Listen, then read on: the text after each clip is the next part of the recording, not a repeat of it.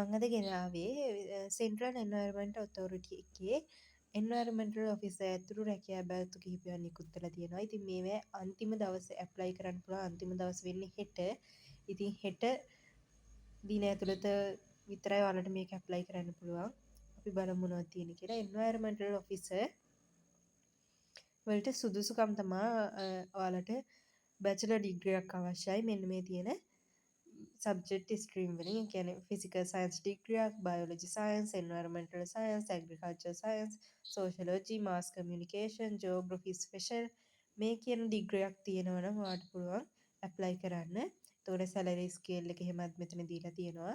Age එක අවුරුදු 22කට වඩා අඩු නැති, කියන්නේ 22කට වැඩි 45ට අඩු පුද්ගලයාට තමා මේකට ඇප්ලයි කරන්න පුළුවන්. ඒ වගේම තව ඇප්ලිකන්ට්ස් ඉන්න ඕනේ, සුදුසුකම් ටිකක් තියෙනවා. කියන්නේ ශ්‍රී ලාංකික පුරවැසියෙක් වෙන්න ඕනේ.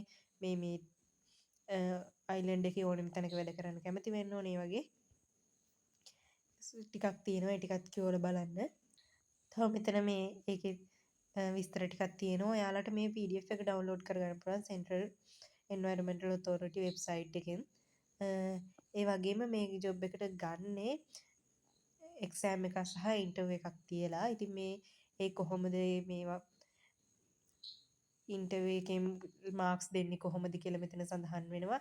ඒ වගේම මේ එක්සෑම් එකට එන්නේ මොනවද කියලා ඇප්ටිටියුඩ් ටෙස්ට් එකක් තියෙනවා. ලැන්ග්වේජ් නොලෙජ් එක, සබ්ජෙක්ට් නොලෙජ් එක, ඒ ටික තමයි මේ එක්සෑම් එකේ බලන්නේ. ඒ සියල්ල මෙතන මේ PDF එකේ සඳහන් වෙනවා. ඊළඟට මෙතන තියෙන ඇප්ලයි කරන්න ඕනි විදිහ 2025 11 කියන්නේ හෙටට කලින් ඇප්ලයි කරන්න ඕනේ. හෙටත් පුළුවන්. හෙට on no before කියලා තියෙන්නේ. හෙටත් පුළුවන්.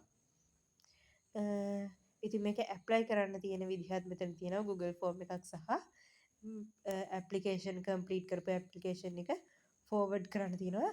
රෙජිස්ටර් පෝස්ට් එකෙන් යවන්නත් තියෙනවා. ඉතින් මේ විස්තර ටික ඔයාලට අරගෙන ඇප්ලයි කරලා හොඳින් කියවලා බලලා ඇප්ලයි කරන්න පුළුවන්. හෙට තමයි අන්තිම දවස්. ඉතින් ඇප්ලයි කරන්න.